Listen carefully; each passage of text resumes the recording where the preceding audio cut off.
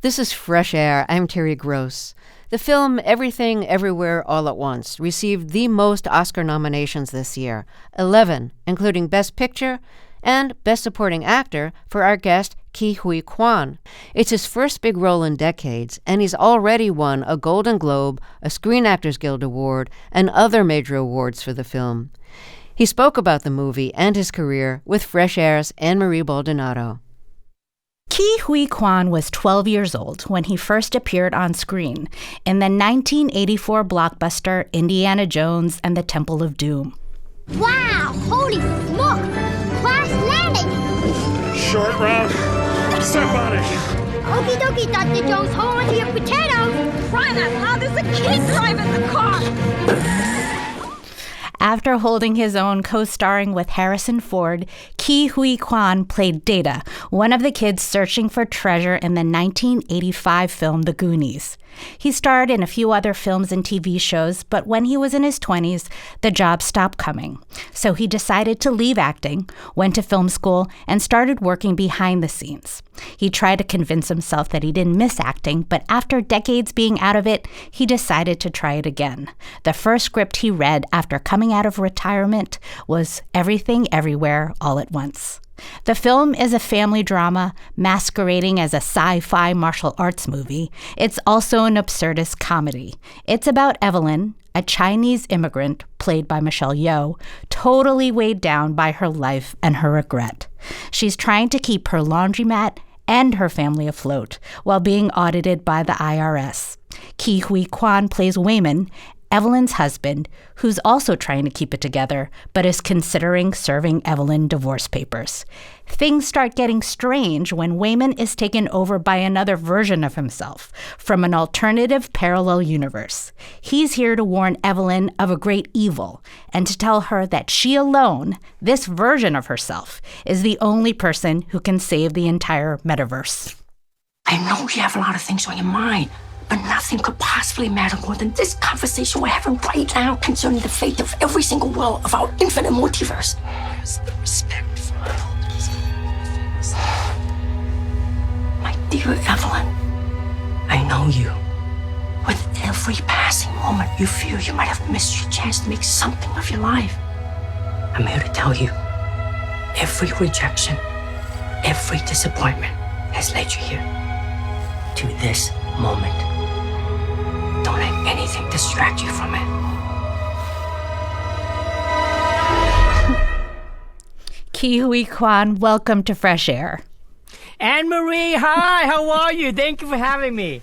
Let's start by talking about Everything Everywhere All at Once. How did you get the role of Wayman? Well, this was something that I was so surprised by, because it was literally 2 weeks after I contacted an agent friend of mine and practically begged him to be my agent, because, I haven't had an agent for more than 2 decades. And when he said yes, I was expecting to not hear from him for another 6 months or a year.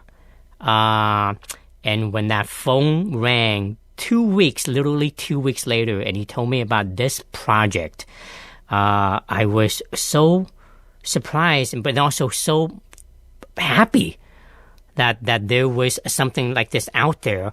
And then when I read the script for the first time, I was overwhelmed with emotions, because it was a script that I wanted to read for many, many years, and I could not believe that there was this possibility of me auditioning for a role.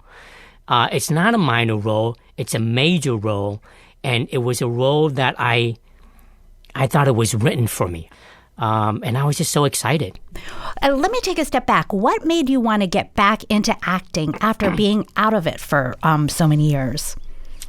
Well, for the longest time, when I had to step away because of lack of opportunities, I thought I buried that acting bug deep and far, that I didn't think I would ever see it again.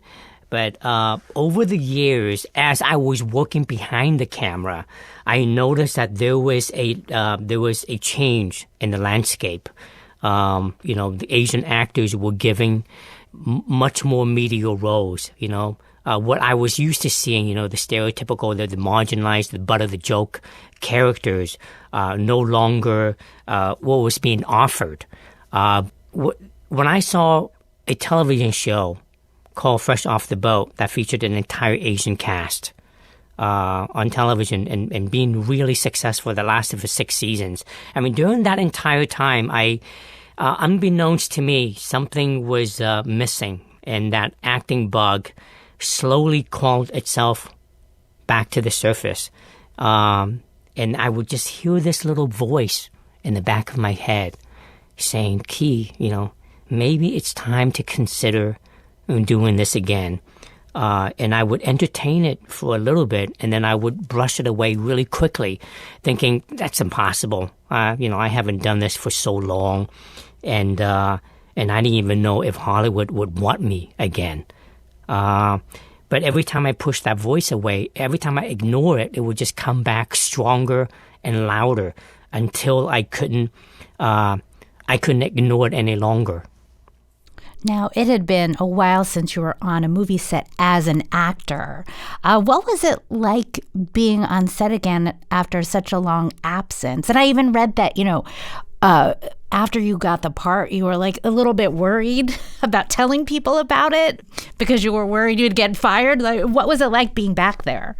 Well, when I got the job, I didn't tell anybody. I didn't tell my family. My mom didn't know. My brothers and sisters didn't know.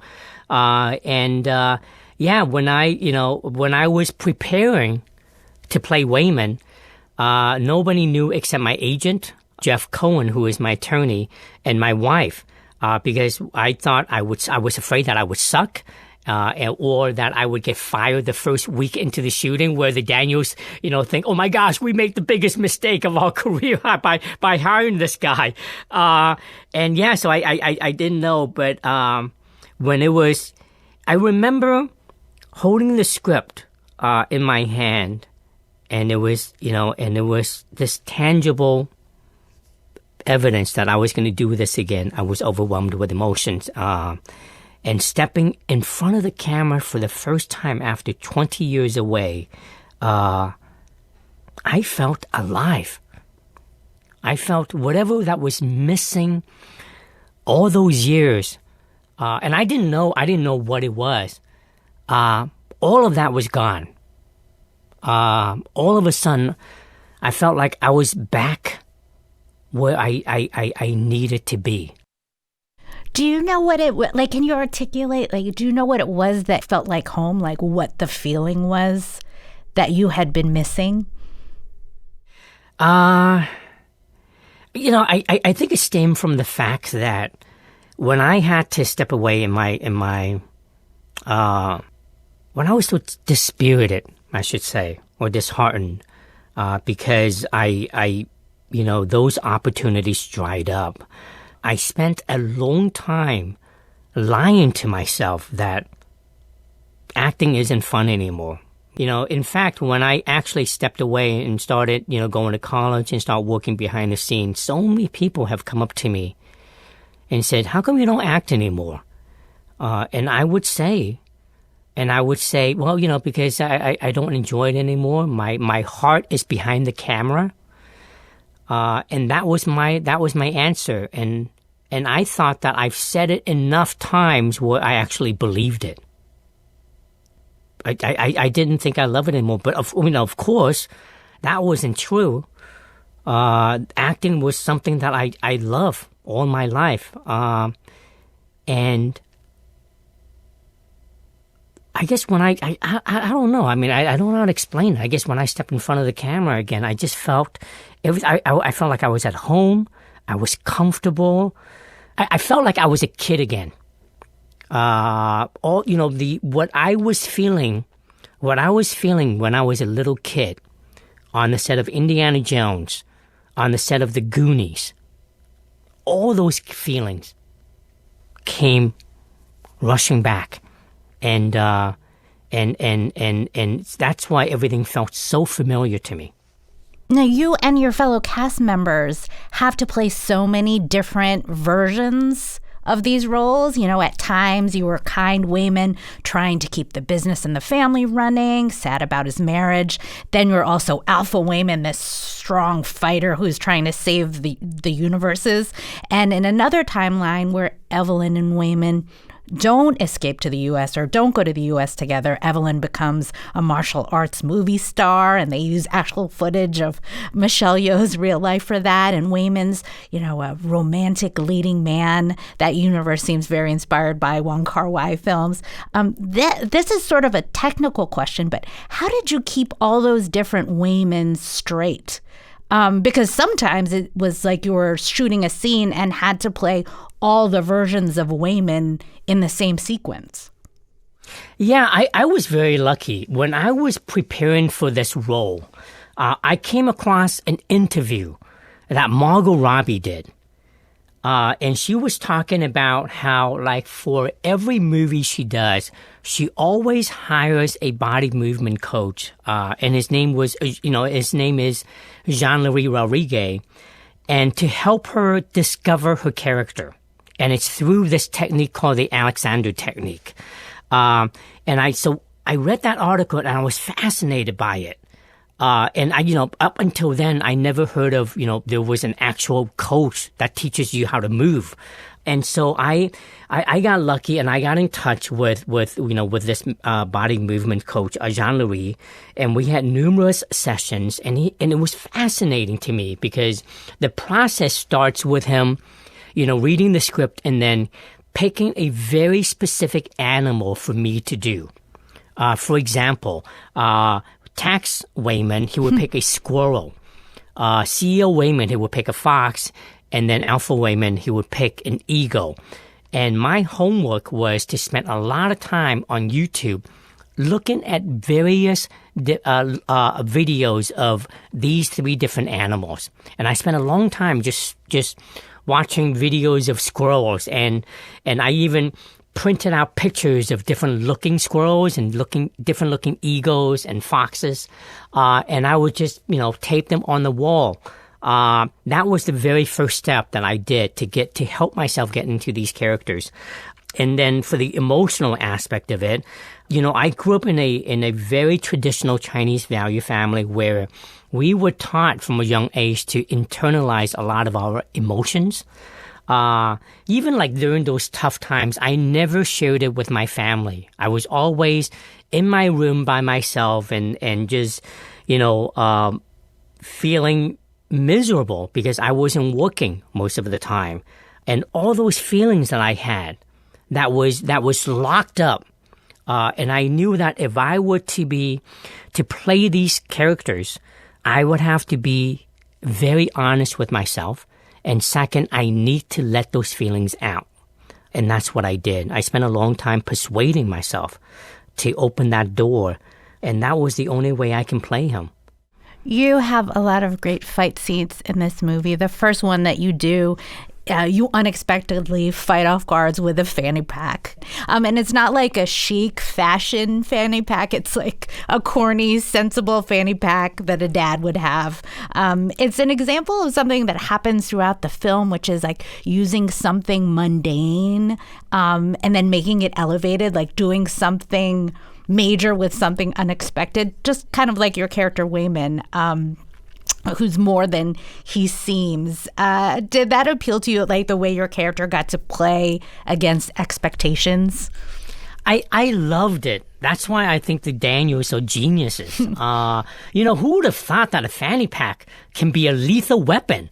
I mean, I watch Jackie Chan movies a lot. I've seen every single one of his movies, and and he's really good at like using mundane objects such as like a chair or a table and using that as weapons. But never did he ever think about using a fanny pack. So I thought it was really cool when I read the script. But I was also very nervous because that style of fighting is called wushu rope dart, which I know nothing about. I studied Taekwondo for many years. I'm very good with, punches and kicks, but that I know nothing about. So I had to train with the Martial Club boys, Brian and Andy Lay. I trained with them for weeks and it was it was a style that's very hard to master.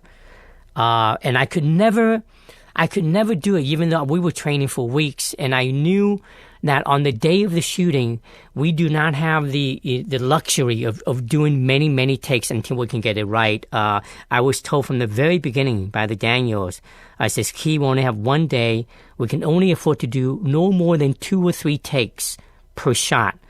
And they had like a shot list of like 60, 70 shots that we have to get through that day. So I trained really hard. And there was one particular sequence that I could never do it all in once, which is at the end of the fanny pack, where you see me, twirling this fanny pack around my neck, around my shoulder, and then at the very end, you see me kick it and it fly towards the camera. And that was all done in one shot. And when the time to do that, the first take, I failed miserably, and I look over to Daniels and I see this, very disappointed look, knowing, oh my gosh, we're in trouble.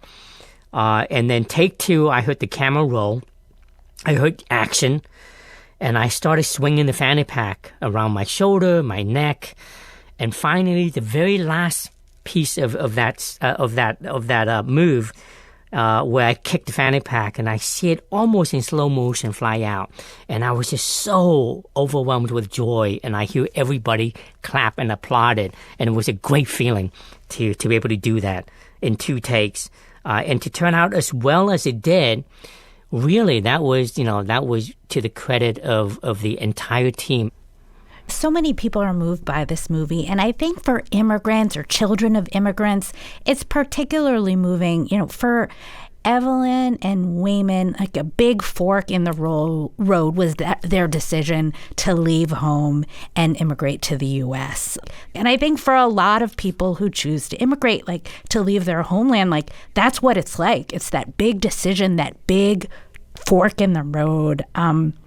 And I think about the choice that my parents made to do that and how their lives would have been different if they didn't, or how it would be different for me, and how they made those decisions. It's such a hard one. Did you think about that with your family? Your family immigrated. Did you ever talk to your parents about those decisions?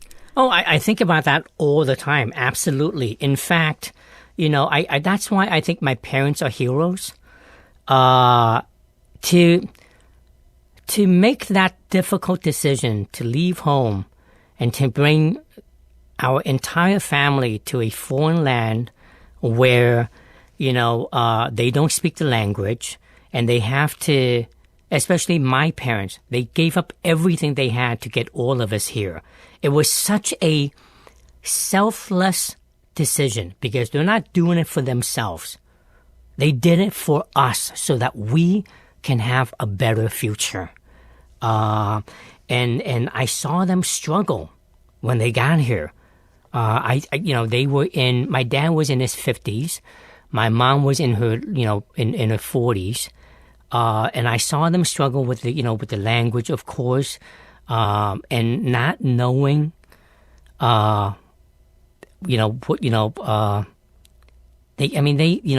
had, my parents were quite successful. My dad was a businessman in Vietnam, and my mom had her own clothing store.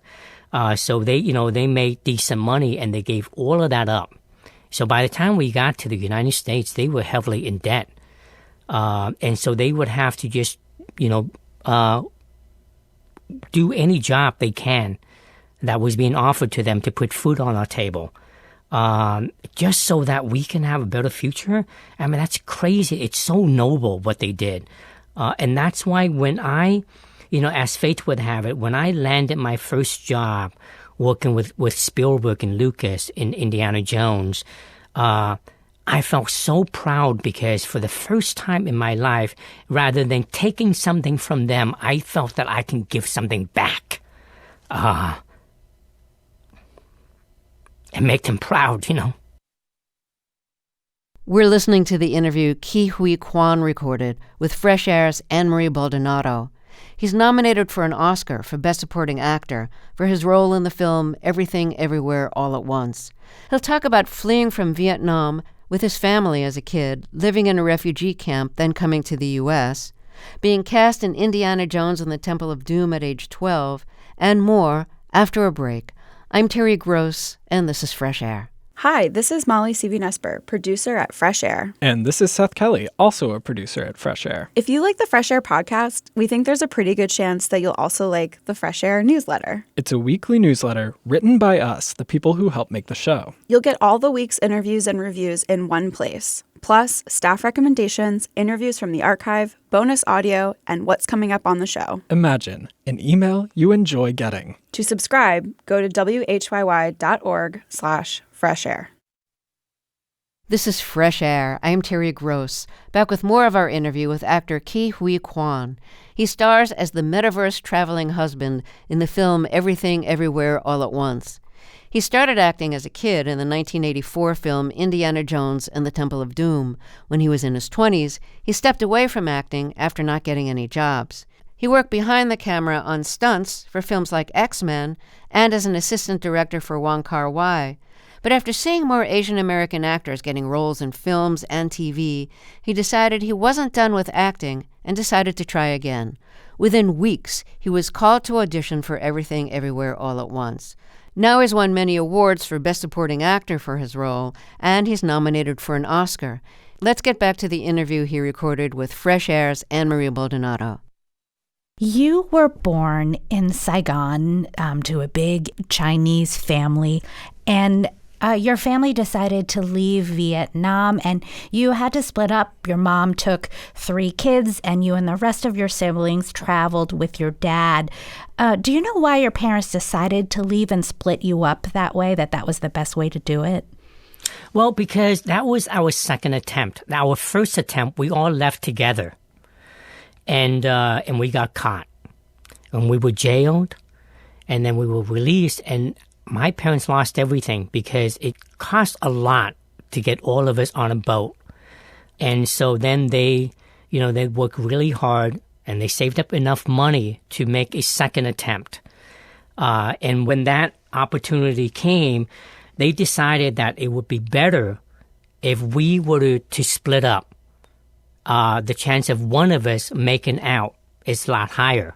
And then whoever would be able to, immigrate to the United States would help the rest of the family to come over. That was the reason behind it. So my mom took 3 of my siblings. She went to Malaysia. And then my dad with my 5 other siblings, we got on a boat with 3,000 other refugees. And we went to Hong Kong. And I remember when we were at the shore of Hong Kong, the local government didn't know what to do with us because they've never seen so many refugees. And we were on a boat for almost a month before we were allowed to come on land. And they put all of us in this makeshift refugee camp. And I was there for an entire year, separated with my younger brother, who is my best friend. And that was a really tough time. The family was reunited in Los Angeles in 1979. What was that like when you all got together and then you settled in LA? Well, for me, I was so happy because I reunited with my younger brother. This is after a year of not being able to see him. Reunited with my mom. We rented this house that was 3-bedroom. And so the 11 of us total cram into this little house in Chinatown, Los Angeles. I still, sometimes I still drive by it, just for nostalgia's sake. It's a different house. They tore down already and they built a new house over it. But that was a really nice and memorable period of my time. And sometimes it doesn't take much to be happy. And that was a time where I was really happy. Now, your first acting role was in Indiana Jones and the Temple of Doom. In 1983, Steven Spielberg and George Lucas were looking for a kid to star as the sidekick of Indiana Jones. And you got that role. Can you tell us that great story about getting that role? Yeah, well, Spielberg and Lucas, they were looking for a Chinese kid to play Short Round. And they went everywhere. They went to New York, London, Singapore, Hong Kong, San Francisco even. Went everywhere, could not find it, almost gave up the role.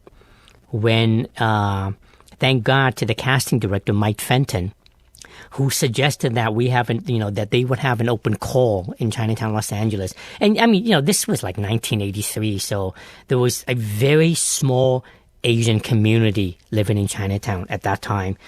And they went to my elementary school and they passed out these flyers, asking the teachers that, if you have any students that fit this description, can you please send them in? We would love to interview them. And my brother's teacher thought he was, he was perfect for the role. So he went to audition and I tagged along. And as he was auditioning, I was behind the camera coaching him what to do.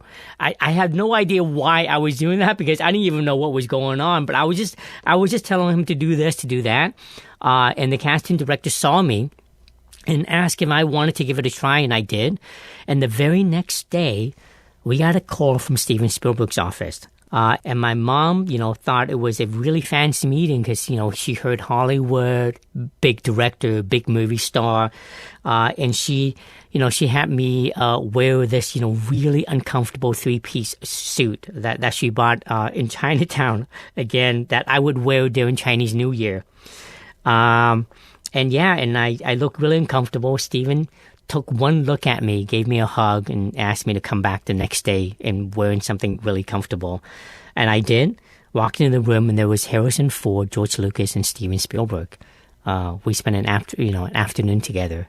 And 3 weeks later, I was on a flight to Sri Lanka and walked on set for the very first time. And that changed my life. There was also that movie that made me fall in love with this industry, with acting. And it changed my family's life.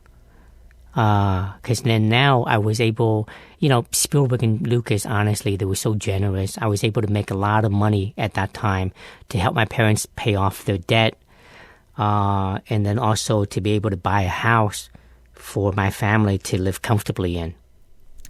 Now, you said you hadn't really seen many American films before you got cast in this movie. You didn't know who Steven Spielberg or Harrison Ford were.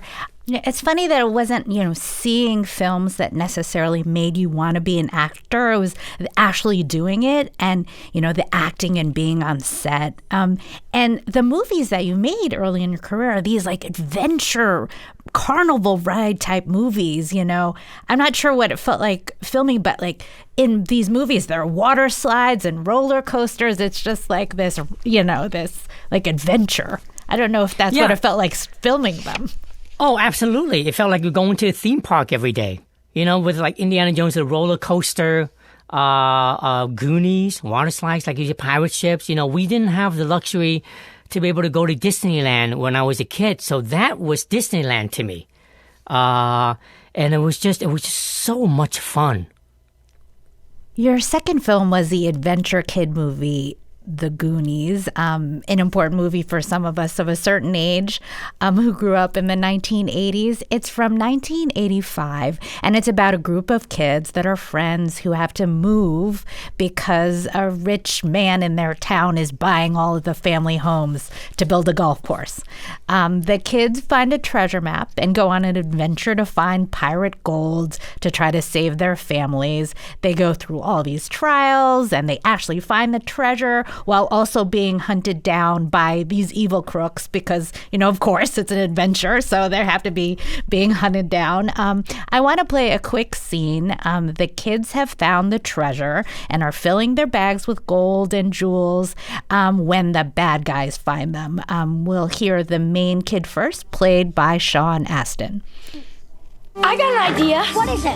What? I saw this on the Hardy Boys once. We can leave a trail of jewels into one cave. Uh-huh. And then we can hide out in another. And when the Fratellis go into that cave, Then we can make a run for it. Now that sounds like a great idea. Yo. Outside! Okay. This is war. Judy, don't you hit up? I said outside. Come on! We will not be taken alive, Mikey. We? What do you mean we? That's a scene from the 1985 that is film so Goonies. good. That is so good. I haven't seen the movie for a while. The music, again, it brings back so many good memories. I can see the scene as I'm hearing it. It's great. Wow, that's working with Sean Astin and Josh Brolin. It was the first movie for a lot of them. So fun. You play the character Data, who was an inventor who made these contraptions that fought off bullies. I'm wondering if you ever had wanted to use those contraptions when you were a kid. Like, did you ever have to fight off bullies? Yeah, well, that's what's so great about that character is all these gadgets. I remember the very first time I heard the pitch from Steven Spielberg. I was doing press for Indy, and he says, "Key, I got your next movie. You play this character named Data, and he has all these gadgets, but none of them work unless if your life depends on it." And sure enough, a few months later, I was on a set with all these kids, and all these wonderful gadgets. They're so great. No, I didn't have to think about using any of these gadgets in school. I wasn't bullied. I think it was because of when I was very young, people recognized me. I already did Indiana Jones, so all my classmates know who I am. They were very nice to me. Let's take a break here and we'll talk some more. My guest is Ke Huy Quan. His films include Indiana Jones and the Temple of Doom, The Goonies, and Everything Everywhere All at Once. For that film, he's already won the Golden Globe for Best Supporting Actor, and he's also received the Oscar nomination. More after a break. This is Fresh Air.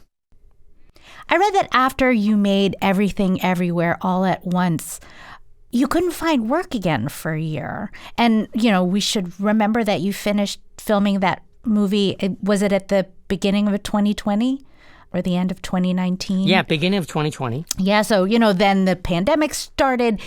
Things were shutting down. But you've said that you felt like you had that feeling that you had back when you weren't getting roles in your 20s, and that you were maybe going to lose your healthcare, or you lost your healthcare, and that you had that familiar feeling again. That must have been so hard. You had just made this great, had this great experience back on set, and then you were waiting for the movie to come out. We shot the movie in 2020, 37 days out of 38. So we were shut down with one more day to go. And then we didn't regroup until 8 months later, and we finished the movie. And I was like everybody else, staying at home, trying to be safe. And things were very different this time around. For me as an actor, there were a lot more opportunities. So my agents were sending me audition opportunities where I was recording myself at home and sending in self-tapes. And I was doing that a lot. But also not landing any job. I could not get one job. I kid you not. And not even a callback, in fact. And I was scared all of a sudden because I thought Everything Everywhere was a one-time thing. And it brought me back to those times when I was in my late teens and early 20s where I was auditioning and not landing anything. I lost my health insurance. And I even joked with the Daniels, and I said, Daniels, no one wants to hire me except Spielberg, Lucas, Wong Kar-wai, and the Daniels. They had a good laugh. And I had a conversation with our producer, and I said, "You've seen the movie. Am I any good?" And he says, "Ke, trust me, you're really good in this movie. You just wait." And sure enough, our movie came out in March of 2022, and my world changed. The first phone call I got was from a wonderful producer I met on the X-Men. He was an associate producer at that time, and he is Kevin Feige. Who is master of the Marvel universe, we should say. Yes, he runs Marvel. And he called me and he said, I saw your movie. You're great in it. And I want you to come join the MCU family. And I was just so happy. And then when I got that phone call from Kevin, I got so emotional. And then after that, I called the Daniels right away. He says, Daniels, I said, listen, nobody wants to hire me except Spielberg, Lucas, Wong Kar-wai, Daniels, and now Kevin Feige. And they were really happy for me. Last month, you won the Golden Globe for Best Supporting Actor for your role in Everything Everywhere All at Once, and you gave this great speech. I wanted to play a little bit of it back right now. Wow. Thank you so much. I was raised to never forget where I came from and to always remember who gave me my first opportunity. I am so happy to see Steven Spielberg here tonight. Steven, thank you.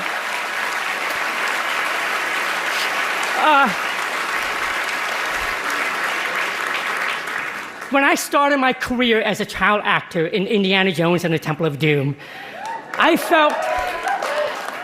felt so very lucky to have been chosen. As I grew older, I started to wonder if that was it, if that was just luck.